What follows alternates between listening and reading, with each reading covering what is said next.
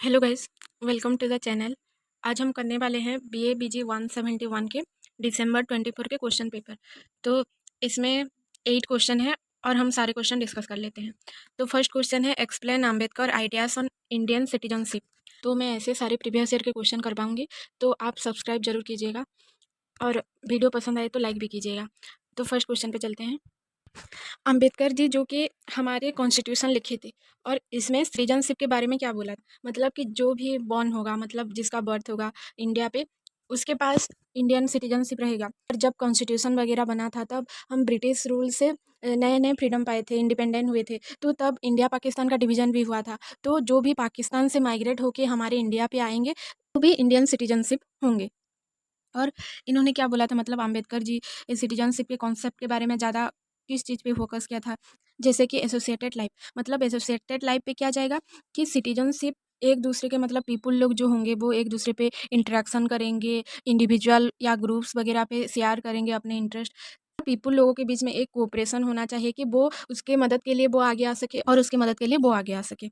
ये था। सोशल एंडोमोसिस के बारे में भी बताए थे। एंडोमोसिस मतलब वो चाहते थे कि एक कास्ट के जैसे कि ब्राह्मण कास्ट हो गया, वो कास्ट के लोग या लड़के या लड़की वो जाके निचले वाले कास्ट जैसे कि दलित हो गए, उनके साथ वो लोग इंटरकास्ट मैरिज कर कि हम बड़े हैं, हमारा कास्ट ज़्यादा अच्छा है। ये सब कुछ हट पाए, मतलब जो कास्ट सिस्टम का एक ब्लॉकेज है सोशियली जो क्रिएट किया गया है, और दूसरे जो दलित लोग हैं जिनको अनटचेबल बोला जाता है, उनको आइसोलेशन मतलब सेपरेट किया गया है, उनके साथ एक्सप्लॉयटेशन होता है, वो कम जाए। एनिहिलेशन कास्ट मतलब वो चाहते थे कि कास्ट सिस्टम को ही हटा दें, ताकि ना ये ब्राह्मण वैश्य क्षत्रिय शूद्र दलित ये सब कुछ रहे ही नहीं, सब लोग एक साथ आ जाए। वो ये चाहते थे अनटचेबिलिटी को हटाया जाए। अनटचेबल मतलब वो ना जो अपर कास्ट के लोग होते हैं वो निचले कास्ट के लोगों को छूते तक नहीं थे। ऐसे कि उनका अगर शैडो भी, मतलब उनका जो छाया होता है वो भी अगर उनके पास चला जाए तो वो खुद को पवित्र मानते थे कि नहीं हम तो मैले हो गए, ऐसे मानते थे। ऐसे होता था कि अनटचेबल जब भी चलते थे या कहीं जाते थे तो उनके पीछे ना एक ग्रूम लगा के चलते थे, ताकि उनका अगर पैर का भी जो स्टेप का मार्क होगा ना वो साफ होते चला जाए, ताकि कोई भी अपर कास्ट के लोग वहाँ पे नहीं चले। उनके लिए पानी नहीं था, वो जाके ऐसे पब्लिक पॉन्ड वगैरह रिवर वगैरह पे पानी नहीं पी सकते, उनको पानी पीने का भी हक नहीं था। ऐसे अम्बेडकर जी के साथ भी वही हुआ था। जो जब वो स्कूल पे पढ़ रहे थे तो उनके भाई और वो उनके लिए एक सेपरेट मटका था, जिसमें वो खुद पानी नहीं पिएंगे, दूसरे लोग आएंगे और उनको पानी देंगे ताकि वो पिए। वो मटका को छू भी नहीं सकते थे। ये सब कुछ चलता रहता था। तो वो चाहते थे कि ये सब कुछ उठ जाए। और गांधी जी भी बोल रहे थे कि ये अनटचेबल को हटाना चाहिए, मतलब हिंदू सिस्टम कास्ट सिस्टम जो है उसको नहीं हटाना चाहिए। गांधी जी का ये मतलब था। वो सिर्फ हरिजन, वो दलित को जो अनटचेबल थे उनको एक नाम दिया था हरिजन, जो कि वही हट जाना चाहिए, वो ये बोलते थे। और पहले पहले एंडोमोसिस मतलब जो इंटरकास्ट मैरिज है उसको भी वो सपोर्ट नहीं कर रहे थे, पर बाद में उन्होंने वही सपोर्ट किया। कि छोटे बेटे ने शादी भी किया था, ब्राह्मण और बनिया की शादी। डल फ्रेंचाइज के बारे में बोला गया है कि जैसे वन मैन वन वोट होना चाहिए, ताकि सारे लोगों को इक्वल राइट्स मिले। मतलब ऐसा नहीं है कि वुमेन लोगों को छोड़ दिया जाए, नहीं, उनको भी हक मिलना चाहिए उनके वोट का। तो वन मैन वन वोट के बारे में उन्होंने बोला था अम्बेडकर जी ने। किनशिप के बारे में बोला था, मतलब इंटरकास्ट मैरिज, अगर इंटरकास्ट मैरिज होगा तो जो ये कास्ट बैरियर है वो टूटेगा। क्योंकि अगर इंटरकास्ट मैरिज होगा तो सबके जो जेनेटिक, मतलब उसके दादा उसके परदादा ऐसे, तो पहले अगर इंटरकास्ट मैरिज हो जाएगा तो फिर उनके बच्चे बच्चे उनके बीच में ना ये कास्ट बैरियर नहीं आएगा, उसके बारे में उन्होंने बोला था। और उन और उनके साथ इतना गलत हो गया था कि वो ये बोल रहे थे कि मैंने हिंदू जन्म जरूर लिया है बट मैं मरूंगा हिंदू होके नहीं। तो उन्होंने अपने लास्ट स्टेज पे बुद्धिज्म को ग्रहण कर लिया था, क्योंकि बुद्धिज्म ये फॉलो कर रहा था कि सारे लोगों को इक्वल अपॉर्चुनिटी मिले, सारे लोगों को एक तरह से देखा जाए, ना कि वहाँ पे कास्ट सिस्टम था या कुछ वगैरह। तो उन्होंने लास्ट मोमेंट पे बुद्धिज्म को एक्सेप्ट कर लिया था। उन्होंने जो मन्नू था उसको भी, मतलब जो हमारा हिंदुइज्म का एक जो बुक था उसको भी जला दिया था, क्योंकि वो सोच रहे थे कि नहीं, उसके वजह से ही ये जो कास्ट सिस्टम का जो ब्राह्मण वैश्य ये सब कुछ, मतलब ये कास्ट सिस्टम आया था, इसलिए उन्होंने उसको जला दिया था। उन्होंने दूसरे कंट्री के लोग जैसे कि जॉन डुई, जे.एस. टॉप, फिर मार्क्स, इनके बारे में, मतलब उनके जो फिलोसॉफी थे उसको फॉलो किया था, क्योंकि उसमें लिबरलिज्म, जस्टिस, इक्वालिटी, सोशलिज्म इसके बारे में बताया गया था। मार्क्स ने क्या बोला था कि कैपिटलिज्म, मतलब जो इंडस्ट्री वगैरह हो रहा है, प्राइवेटाइजेशन हो रहा है, तो उसमें जो रिच लोग हैं उनको ज़्यादा फैसिलिटी मिल रही है, वो रिच से रिच होते जा रहे हैं, बट पुअर लोग जो होते हैं वो पुअर से पुअर होते जा रहे हैं, और रिच लोग पुअर लोगों के एक्सप्लॉयटेशन कर रहे हैं। तो हमारे इंडिया में भी सेम सिचुएशन चल रहा था कि जो अपर कास्ट के लोग हैं वो लोअर कास्ट के लोग को एक्सप्लॉयटेशन कर रहे थे। तो वो चाहते थे कि नहीं, हमारे यहाँ पे सोशलिज्म हो, ताकि सारे लोगों को इक्वल जस्टिस, इक्वल फ्रीडम ये सब कुछ मिले। तो उन्होंने हमारे कॉन्स्टिट्यूशन पे हमारे जो fundamental rights, directive principle, of state policy मतलब डीपीएसपी, इसके बारे में बताया था।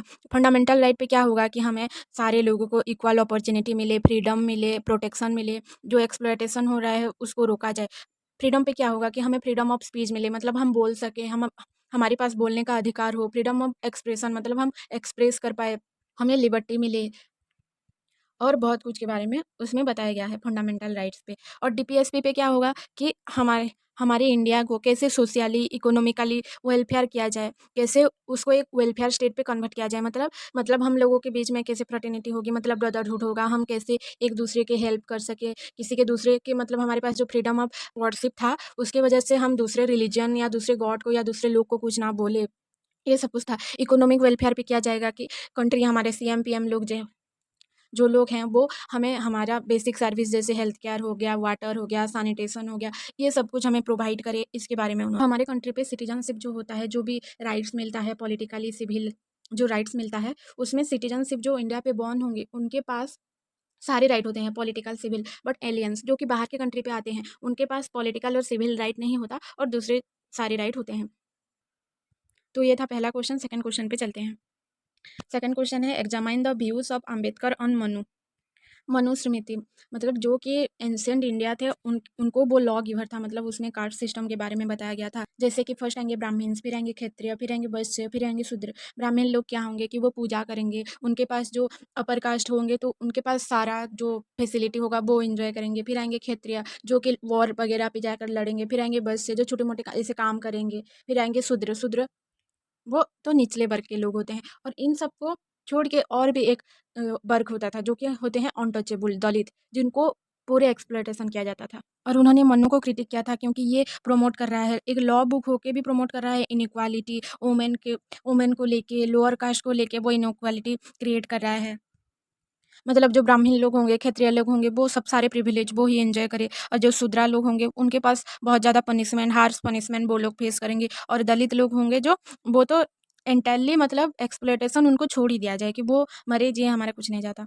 ये सब कुछ लिखा है, मैं खुद ही नहीं बोल रही हूँ। वुमेन राइट्स के बारे में मतलब अम्बेडकर जी ये बोल रहे थे कि अगर हम ये कास्ट सिस्टम को भी हटा दिया जाए, बट जब हम वुमेन को आगे ही नहीं लेंगे, उनको उनका राइट्स ही नहीं देंगे, तो इंडिया कभी आगे ही नहीं बढ़ सकता। मतलब ये मनुस्मृति पे ये भी था कि वुमेन्स लोगों को रेस्ट्रिक्ट किया जाए सिर्फ उनके जेंडर के लिए, सिर्फ उनको जेंडर को लेके उनके पास एजुकेशन राइट्स नहीं थे, इंडिपेंडेंस नहीं थे, वो सिर्फ घर पे रहेंगे, घर के काम काज करेंगे, बाहर के कुछ काम कर ही नहीं सकते, ऑलवेज वो डिपेंडेंट रहेंगे मेल के ऊपर।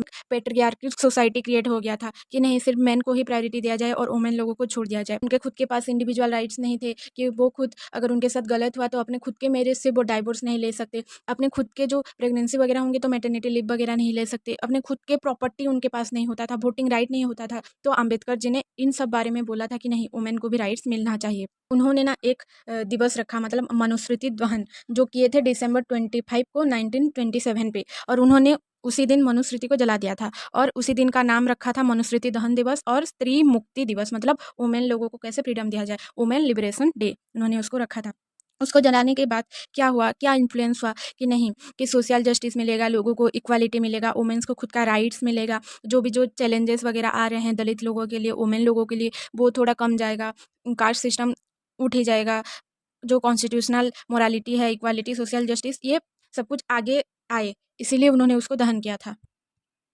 तो ये था मनुस्मृति के बारे में। हम दूसरे नंबर पे चलते हैं, question 3। Discuss the perspective of Ambedkar on untouchability. तो अनटचेबल लोग होते कौन थे, जो कि ट्राइबल वॉर वगैरह हो रहा था उसमें पीछे रह गए थे, तो उनको पहले ब्रोकन मैन ऐसे डिक्लेयर किया गया था। बट जो हिंदू सोसाइटी था तब ब्राह्मण लोग टॉप पे थे, तो उन्होंने ये बोला था कि तुम अगर बुद्धिज्म ग्रहण कर रहे थे वो लोग, क्योंकि हिंदुइज्म पे उनके साथ बहुत गलत बिहेवियर दिखाया जा रहा था, तो बुद्धिज्म ग्रहण कर रहे थे। तो उन्होंने बोला कि ब्राह्मण्स लोग कि अगर तुम बुद्धिज्म ऐसे ये एक्सेप्ट करते चलोगे तो हम तुम्हें अनटचेबल डिक्लेयर कर देंगे। और इसमें कुछ पर्सपेक्टिव थे कि वेदा पे ये सब कुछ लिखा गया था कि जो ब्राह्मण्स लोग होते हैं ना, कैसे वो लोग क्रिएट हुए हैं। ये ब्राह्मण्स लोग होते हैं वो माउथ से क्रिएट हुए हैं, प्रियम्भाल के। फिर क्षत्रिय लोग होते हैं जो आर्म और शोल्डर से, वैश्य जो थाय से, शूद्र फीट से। तो ये ऐसे वेदा में भी ये सब कुछ लिखा गया था इनइक्वालिटी के बारे में। और ये सब कुछ मैं नहीं बोल रही हूँ, ये सब कुछ लिखा गया है।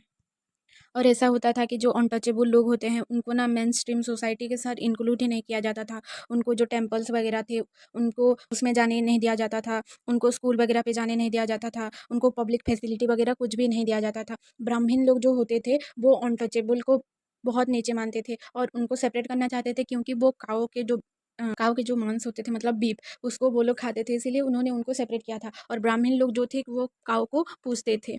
तो अनटचेबल को हटाने के लिए अम्बेडकर जी ने ये बोला था कि नहीं, हमें ना ऑर्गेनाइज होना चाहिए, हमें हमारे खुद के राइट्स के लिए लड़ना चाहिए, एक कलेक्टिव एक्शन क्रिएट करना चाहिए ताकि हमें भी लोग हमारे अधिकार दे। एजुकेशन सिस्टम को सुधारना चाहिए ताकि सारे लोगों को एजुकेशन मिले, अनटचेबली लोगों को भी एजुकेशन मिले, उसके बारे में उन्होंने बोला था।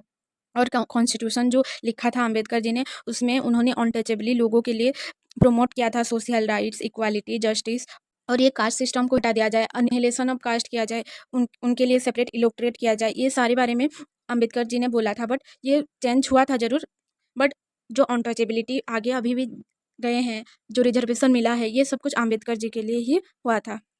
और ये जो अनटचेबिलिटी लोग होते थे ना, उनके पास खुद के लिए कुछ काम ही नहीं होता था। काम नहीं होगा तो उनके पास खाने के लिए कैसे आएगा, उनके पास पहनने के लिए कपड़े कैसे आएगा। तो ये जो डेड बॉडी वगैरह नहीं होता था क्या, वो डेड बॉडी वगैरह जो होता था उसके जो कपड़े होते थे, वही कपड़े अनटचेबिलिटी लोग पहनते थे, वोमेन लोग वही कपड़े पहनते थे, और खाना भी ऐसे वैसे यहाँ से वहाँ से ऐसे वो खा लेते थे। तो ये था अनटचेबिलिटी के बारे में, जिसको कि चेंज करना चाहिए। अभी भी हमारे सोसाइटी पे कास्ट सिस्टम एग्जिस्ट कर रहा है। Question 4, examine Ambedkar view of state socialism as a feature of welfare state.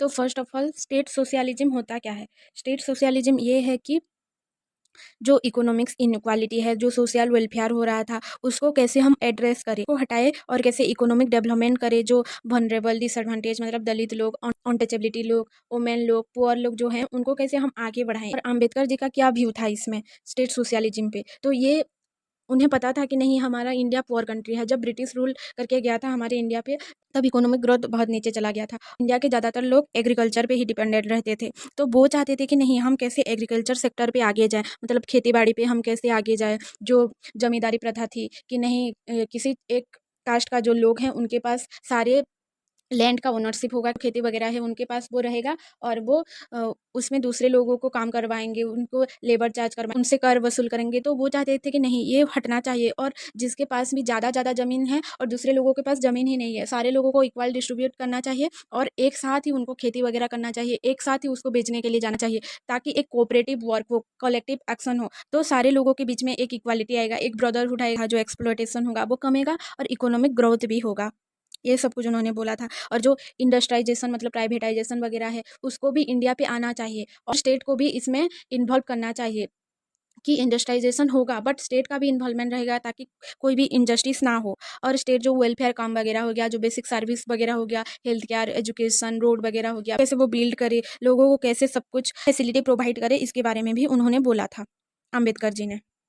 और जो इंश्योरेंस वगैरह हो गया, नेशनल पॉलिसी वगैरह हो गया, फंड वगैरह हो गया, उसको प्रोवाइड किया जाए ताकि एग्रीकल्चर सेक्टर पे भी लोग आगे जा सकें। गवर्नमेंट को जो सीड्स वगैरह हो गया, बीज वगैरह मतलब जो फर्टिलाइजर हो गया, जो इरिगेशन के जो भी ज़रूरत होती है, वाटर वगैरह हो गया, उसका कैसे वो प्रोवाइड कर सके, ये सब कुछ उन्होंने स्टेट सोशलिज्म पे बोला था कि एग्रीकल्चर और इंडस्ट्री दोनों में हमारा इंडिया कैसे आगे जा सके और हमारा इकोनॉमिक ग्रोथ हो सके। क्वेश्चन 5 है, explain Ambedkar idea on gender equality.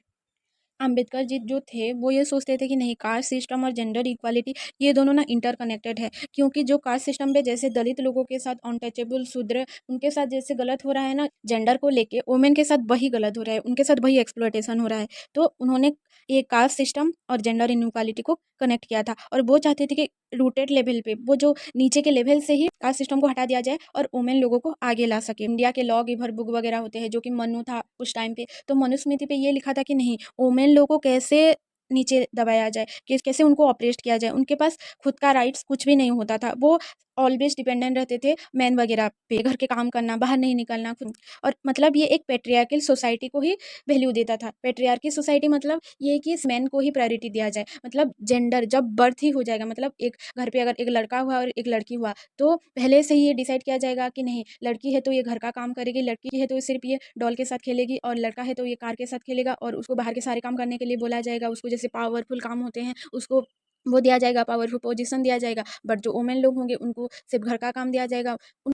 ऐसे नहीं देखते कि नहीं वुमेन के पास क्या क्वालिटी है, उसके पास क्या करने के लिए उसका मन है, क्या वो कर सकती है, उसका खुद का क्या क्रिएटिवनेस है, ये सब कुछ नहीं देखते थे। बट बस वो थोपते चलते थे कि नहीं ये लड़का है तो ये कर सकता है और ये लड़की है तो ये वो कर सकती है, सिर्फ ये देखते थे। लड़की लोगों को, वुमेन लोगों को एजुकेशन नहीं दिया जाता था। वुमेन अगर पढ़ लेगी तो वो खुद ही इंडिपेंडेंट हो जाएगी, मेन पे डिपेंडेंट रहेगी नहीं। तो इसमें क्या होगा कि पेट्रियार्की सोसाइटी जो होगा वो पेट्रियार्की सोसाइटी और रहेगा क्या, नहीं, उसमें वुमेन का भी एक जगह हो जाएगा। तो वो लोग ये सब कुछ रोकते थे कि नहीं वुमेन को एजुकेशन नहीं दिया जाएगा, वरना वो एम्पायर हो जाएगी, स्ट्रांग हो जाएगी, वुमेन का खुद का राइट्स नहीं होता था उसके पास। जैसे कि वो खुद ही मैरिज करेगी, बट अगर उसके साथ उसका पति कुछ भी गलत करेगा, कुछ भी उसके इन लॉस वगैरह कुछ भी उसके साथ गलत करेंगे, नहीं, वो डाइवोर्स नहीं ले सकती, वो उसके साथ ही रहेगी। उसके पास खुद की प्रॉपर्टी राइट्स नहीं होगी, मतलब जो लड़के लोगों के पास जैसे प्रॉपर्टी राइट्स होता है उसके पास नहीं होगा। उसके पास उसका वोटिंग राइट्स नहीं होगा कि नहीं वो वोट नहीं कर सकती। तो इक्वल राइट्स, अपॉर्चुनिटी वगैरह ये सब कुछ नहीं देते थे ये लोग। एंडोगमी को ये लोग सपोर्ट नहीं करते थे।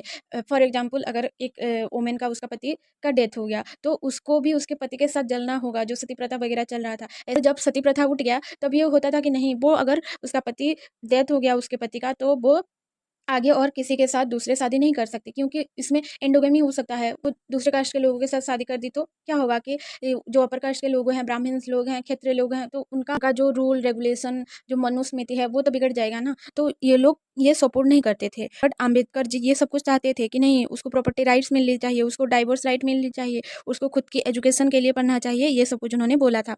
और एक असेंबली पे उन्होंने लाया था हिंदू कोड बिल, जिसमें वुमेन को कैसे आगे ले सके, कैसे इक्वालिटी दिया जाए, इनके बारे में उसमें बताया गया था हिंदू कोड इक्वालिटी पे। मतलब उसमें वोटिंग राइट्स होगा, डाइवोर्स राइट होगा, प्रॉपर्टी राइट्स होगा, एजुकेशन, मैटरनिटी लीव्स, ये वगैरह सब कुछ उसमें था। उन्होंने ये सब कुछ बिल तो ला दिया था, बट जो ऑर्थोडॉक्स वगैरह जो स्टीरियोटाइप लोग होते थे उन्होंने इसको लागू करने नहीं दिया। वुमेन लोगों को अगर सारी इक्वलिटी मिल जाए तो पेट्रियार्की सोसाइटी का वैल्यू नहीं रहेगा, तो उन्होंने इसको बंद कर दिया था और ये हिंदू कोड बिल लागू नहीं किया गया था। बट जब हमारे पीएमजी, फर्स्ट पीएमजी आए जवाहरलाल नेहरू जी, तो उन्होंने इसको ये देखा कि नहीं इसको लेके बहुत सारे जैसे दंगा वगैरह हो रहा है, इसको अपोज किया जा रहा है हिंदू कोड बिल को, तो उन्होंने इसको टुकड़े में डिवाइड करके लागू किया था कि नहीं पहले प्रॉपर्टी राइट्स दिया जाएगा, कुछ दिन बाद वोटिंग राइट्स, ऐसे उन्होंने इसको लागू किया था। तो ये था अंबेडकर पर्सपेक्टिव ऑन जेंडर। अब ये सब कुछ देख लेना हिंदू कोड बिल, ये मैंने ये सब कुछ बता दिया है। Question 6, compare the approaches of Gandhi and Ambedkar on caste system. तो जो गांधी जी और अंबेडकर जी थे वो दोनों ही सोसाइटी से जो इनइक्वालिटी, जो इनजस्टिस हो रहा है उसको हटाना चाहिए। बट अंबेडकर जी ये चाहते थे कि नहीं पूरा कास्ट सिस्टम को ही हटाया दिया जाए, जो ब्राह्मण, जो क्षत्रिय, ये सब कुछ ही उसको हटाया दिया जाए। बट जो गांधी जी थे उन्होंने अनटचेबल लोग जो थे, शूद्र लोग जो थे, अनटचेबल लोगों को तो उन्होंने हरिजन का नाम दिया था और चाहते थे कि नहीं सिर्फ हटाया जाए अनटचेबिलिटी को और कुछ नहीं। और शूद्र लोगों के साथ जो इनजस्टिस हुआ है, हार्श पनिशमेंट वगैरह उनको दिया गया है, तो उनके लिए जस्टिस किया जाए, उनको सोशली राइट्स दिया जाए, वो ये चाहते थे। बट अम्बेडकर जी ये नहीं चाहते थे। और पहले गांधी जी ऐसे थे कि वो पूरे जैसे स्टीरियोटाइप नहीं होते थे कि नहीं हमारे हिंदुइज्म ही इससे शुरू हुआ है, वर्ण वगैरह से, हमारे वेदा वगैरह सब कुछ सही है, ये आप जो बोल रहे हैं, अम्बेडकर जी को ये बोल रहे थे कि आप जो बोल रहे हैं ये सब कुछ गलत है। बट जिसमें जब जब टाइम बीतते गया उन्होंने देखा कि नहीं सच में इन लोगों के साथ इनजस्टिस हो रहा है, तो वो तब उनके साथ कोऑपरेट किए कि अम्बेडकर जी के साथ कि नहीं सिर्फ हम अनटचेबिलिटी को हटाएंगे, हरिजन को हटाएंगे, और सारे अगर कास्ट सिस्टम को एलिमिनेट कर दिया जाए तो हमारे हिंदुइज्म भी कहाँ रहेगा, हमारा हिंदू सोसाइटी ही कहाँ रहेगा। तो वो ये नहीं चाहते थे गांधी जी। और गांधी जी ये चाहते थे कि अगर हम कास्ट सिस्टम हटा भी दें, बट अगर ब्राह्मण लोगों के खुद के अंदर कि हाँ उनके साथ बहुत गलत किया है, ये कास्ट सिस्टम फॉलो किया है, ये मतलब उनके खुद की अंतरात्मा से अगर कुछ बातें नहीं आएगी तो आप सिर्फ ऊपर ऊपर से कास्ट सिस्टम हटा दोगे तो होगा क्या। वो पहले से गांधी जी अहिंसा मार्ग पे चल रहे थे, तो वो ये बारे में सोच रहे थे कि नहीं कास्ट सिस्टम हटा भी दें तो अगर लोग दूसरों को ऐसे ट्रीट करते रहेंगे तो कुछ फ़र्क नहीं पड़ेगा। और वो चाहते थे कि अनटचेबल लोग जो होते हैं, गांधी जी ये चाहते थे कि अनटचेबल लोग जो हैं उनको ना राइट्स मिल सके, टेम्पल पे जाने के लिए, पब्लिक प्लेसेस पे जाने के लिए, उनके लिए सारे जगह खोल दिया जाए और उनके साथ इनजस्टिस ना हो। बट अम्बेडकर जी थे जो वो चाहते थे कि नहीं हम कास्ट सिस्टम को ही जड़ से उखाड़ के फेंक देंगे, कि हमारे साथ कुछ भी गलत ना हो, जो भी हुआ है अब हम नहीं सहेंगे, हम आंदोलन करेंगे। उन्होंने मनुस्मृति को जो उसको जला दिया था, ऐसे पब्लिक प्लेस पॉन्ड वगैरह जो होते हैं वहाँ पे जाके पानी पिया था, तो उन्होंने बोला था कि हमारा हक ये नहीं है कि हम पानी पिए, हमें पानी चाहिए, हमारा हक ये है कि हम जाके एक पब्लिक प्लेसेस पे कैसे पानी पिए, मतलब हमें हमारे अधिकार मिलने चाहिए, इसके बारे में उन्होंने बोला था।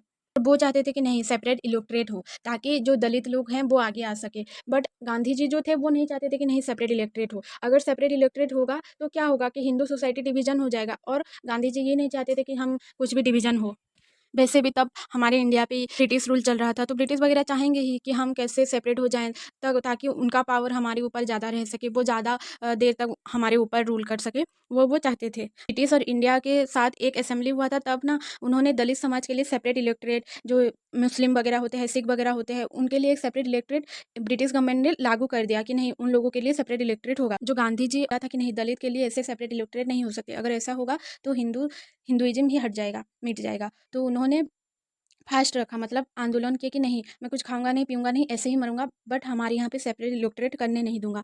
तब अंबेडकर जी ने देखा कि अगर गांधी जी को कुछ हो गया, उनका अगर डेथ वगैरह कुछ भी हो गया ऐसा, तो दलित समाज पे ऐसे पे बहुत बुरा असर पड़ेगा, दलित समाज को लोग और भी नीचे देखने लगेंगे। तो उन्होंने जाके गांधी जी के साथ एक डिस्कस किया और पूना पैक्ट बोल के एक संधि की कि नहीं, हम सेपरेट इलेक्टोरेट नहीं करेंगे, बट आपको हमारी बात भी सुननी होगी। अंबेडकर जी ने बोला दलित लोगों को आगे बढ़ाने के लिए कुछ काम करना होगा, तो गांधी जी ने बोला कि नहीं, हम रिजर्वेशन देंगे। पहले ये होता था कि दलित लोग के बीच में एक इलेक्शन पहले होगा कि नहीं, उनके बीच में जो उनके अच्छे अच्छे लोग हैं, मिनिस्टर बनने के काबिल हैं, उनको आगे लिया जाएगा, उनके बीच में एक इलेक्शन होगा, तो और जो जीतेंगे वही जनरल इलेक्शन जो होगा, सारे लोग जो जहाँ पे कम्पीट करते थे उनके साथ और एक इलेक्शन होगा, ताकि दलित समाज के लोगों भी आगे आ सके, उनके लिए सीट बुक किया जाएगा, रिजर्वेशन किया जाएगा, उनके लिए education, economic opportunity, social mobilisation, ये सब कुछ उनको मिले और उनको सोशली जस्टिस मिले। इन तो अम्बेडकर जी और गांधी जी के बीच में ऐसा नहीं था कि उनके बीच में कुछ तकरार था, वो दोनों ही कास्ट सिस्टम को हटाना चाहते थे, बट अम्बेडकर जी पूरा कास्ट सिस्टम हटाना चाहते थे और गांधी जी सिर्फ जो इनजस्टिस जिन लोगों के साथ हुआ है वही हटाना चाहते थे, जैसे कि दलित। और दोनों ने ही हमारे देश के लिए बहुत कुछ किया है। तो अब हम दूसरे नंबर पे चलते हैं, क्वेश्चन 7 है, explain the system of gold exchange standard and gold standard. तो ये gold exchange standard, gold standard, ये होता क्या है, हम ना सिंपली वे पे ही चलते हैं। गोल्ड स्टैंडर्ड ये होता है कि अगर एक कंट्री का मनी डायरेक्टली लिंक होगा गोल्ड के साथ, मतलब अगर आप मनी वगैरह आपको ज़रूरत है, तो आपको पहले कुछ अमाउंट के गोल्ड लेके देना होगा रिजर्व बैंक पे, तो रिजर्व बैंक उसको रिजर्व करेगा और आपको मनी देगा, तो ये होगा गोल्ड स्टैंडर्ड। और गोल्ड एक्सचेंज स्टैंडर्ड क्या होगा, गोल्ड एक्सचेंज स्टैंडर्ड ये होगा कि एक कंट्री का मनी, मतलब हमारे इंडिया का मनी हो गया, वो दूसरी कंट्री के मनी के साथ एक्सचेंज होगा, मतलब यूएस हो गया, उसके साथ वो एक्सचेंज होगा। किसके लिए एक्सचेंज होगा, गोल्ड के लिए एक्सचेंज होगा, तो ये होगा गोल्ड एक्सचेंज स्टैंडर्ड। तो हमारे जो गोल्ड स्टैंडर्ड होते हैं, गोल्ड स्टैंडर्ड पे क्या होगा कि नहीं, हमारी इकोनॉमिक के पास एक स्टेबिलिटी होगा, बट जो गोल्ड एक्सचेंज स्टैंडर्ड हुआ वो क्या होगा, वो ज़्यादा फ्लेक्सिबल होगा, वो ज़्यादा स्टेबल नहीं होगा। तो अम्बेडकर जी थे जो कि हमारे इकोनॉमिक्स थे, तो वो गोल्ड स्टैंडर्ड को प्रीफर करते थे। हमारे इंडिया के गवर्नमेंट को कैसे स्टेबिलिटी मिले, कैसे उनके खुद के पास कंट्रोल हो सके, कुछ भी काम करने के लिए, कुछ भी इन्फ्लेमेशन के लिए, मनी के लिए, तो वो प्रीफर करते थे गोल्ड स्टैंडर्ड। तो ये था इजीली, और ज़्यादा नहीं जाते हैं, ये इकोनॉमिक्स के बारे में है। फिर है last question, explain the idea of linguistic state in India from the perspective of Ambedkar ji. तो लिंग्विस्टिक स्टेट को लेके, लिंग्विस्टिक स्टेट मतलब जो हमारी खुद की लैंग्वेज जो है उनको लेके स्टेट कैसे होगा, तो पहले पहले अम्बेडकर जी ये सोच रहे थे कि नहीं, अगर लिंग्विस्टिक स्टेट होगा तो इंडिया डिवाइड हो सकता है बहुत ज़्यादा टुकड़ों में। तो ये भी लगा कि नहीं, माइनॉरिटी वगैरह जो है उनको फिर से ऑपरेस किया जाएगा लिंग्वाल के बेसिस में, ये वो सोचते थे। बट उन्होंने बाद में ये सोचा कि नहीं, इसमें डेमोक्रेटिक फंक्शन ज़्यादा अच्छा हो सकता है, मतलब अगर आपका एक खुद का स्टेट होगा खुद की लैंग्वेज पे, तो आपका अगर कुछ भी इशू होगा, कुछ भी प्रॉब्लम वगैरह होगा, तो आपका जो पीएम, आपका जो सीएम हो गया, आपके जो मिनिस्टर होंगे या आपके जो भी बड़े बड़े लीडर होंगे, तो वो आपके बात सुनेंगे, क्योंकि वो आपके बिरादरी के ही लोग होंगे, आपके लैंग्वेज, आपके कस्टम, आपके ट्रेडिशन, आपके परफॉर्म वगैरह वो भी परफॉर्म कर रहे होंगे, तो वो आपके इशू को सुनेंगे, तो क्या होगा, डेमोक्रेटिक फंक्शन ज़्यादा अच्छा होगा। इसके लिए एक अच्छा सेंटर भी होना चाहिए, ताकि सेंटर और स्टेट के बीच में भी अच्छा रिलेशन रहे। अगर स्टेट वाले सेंटर की बात नहीं सुनेंगे और सेंटर वाले स्टेट की बात नहीं सुनेंगे, तो इंडिया में डेमोक्रेसी चलेगा ही नहीं। तो उन्होंने कॉन्स्टिट्यूशन लाया जिसमें सेंटर को ज़्यादा अच्छा पावर दिया कि नहीं, सेंटर के अंडर ही स्टेट रहेगा, भी प्रॉब्लम होगा तो स्टेट जाके सेंटर के पास बोलेगा और सेंटर भी वही बात सुनेगा ही सुनेगा, कॉन्स्टिट्यूशन को फॉलो करेगा ही करेगा। और उन्होंने ये भी बोला कि जो लिंग्विस्टिक स्टेट जब होगा, कल्चरल के बीच में यूनिटी होगा, मतलब कल्चर के लोग अगर दूसरे स्टेट पे रह गए, तो वहाँ पे दूसरे दूसरे तीसरे कल्चर लोग प्रिजर्व कर रहे होंगे, आप लोग कुछ अलग परफॉर्म कर रहे होंगे, तो ऐसे तो झगड़ा होगा ही होगा, आपके बीच में टकरार होगा ही होगा। तो वो अगर एक ही स्टेट पे आ गए सारे लोग, तो क्या हुआ, कल्चरली यूनिटी होगा उनके बीच में, वो अपने खुद के ट्रेडिशन को ज़्यादा प्रिजर्व कर पाएंगे। और इंडिया में वैसे भी बहुत सारे लैंग्वेज के लोग हैं, बहुत मतलब बहुत।